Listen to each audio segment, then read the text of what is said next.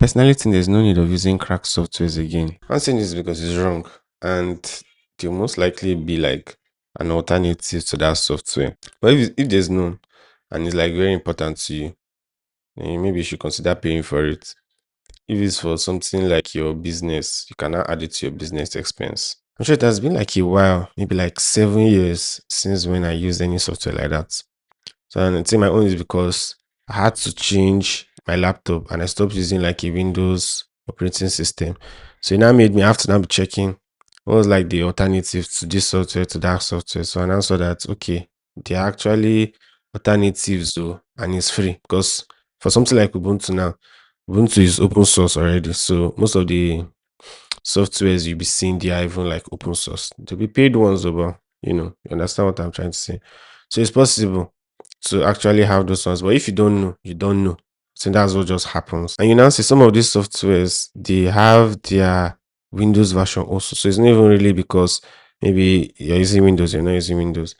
They will even have their Windows version. So but I think what happens is usually these proprietary softwares, these ones that you need to like pay for, they are big, so they'll most likely like have budget for marketing. So that's the one that many people will know. So, but usually there will be alternatives to those things. Anyways, for some of these popular software, something like Microsoft Office now, you could just use Google Docs. But if you don't want to use Google Docs for whatever reason, there's LibreCAD. I'll be Libre Office, sorry.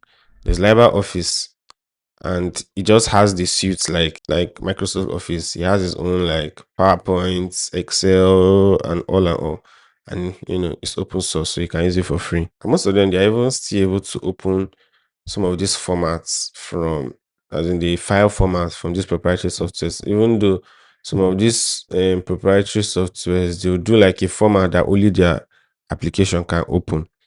But in my own experience, this open source one still works.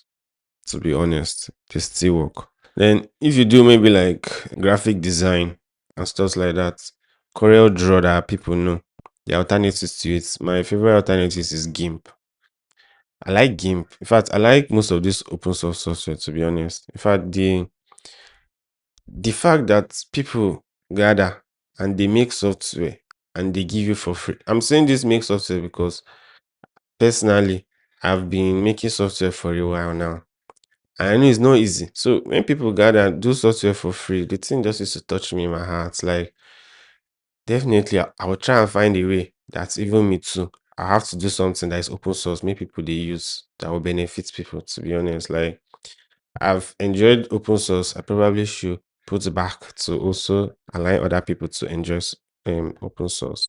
Then if you do maybe like if you use Illustrator, Adobe Illustrator, there's Inkscape. I like using Inkscape.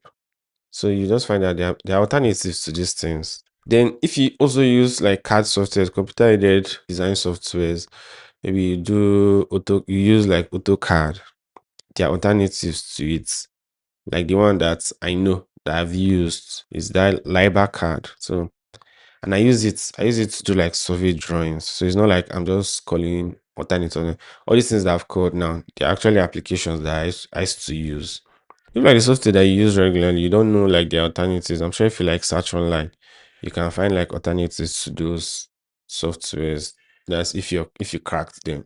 You can find alternatives to them and just use those ones that they've provided for free. Just try no use crack software. Just either you pay for it or you use the free alternative.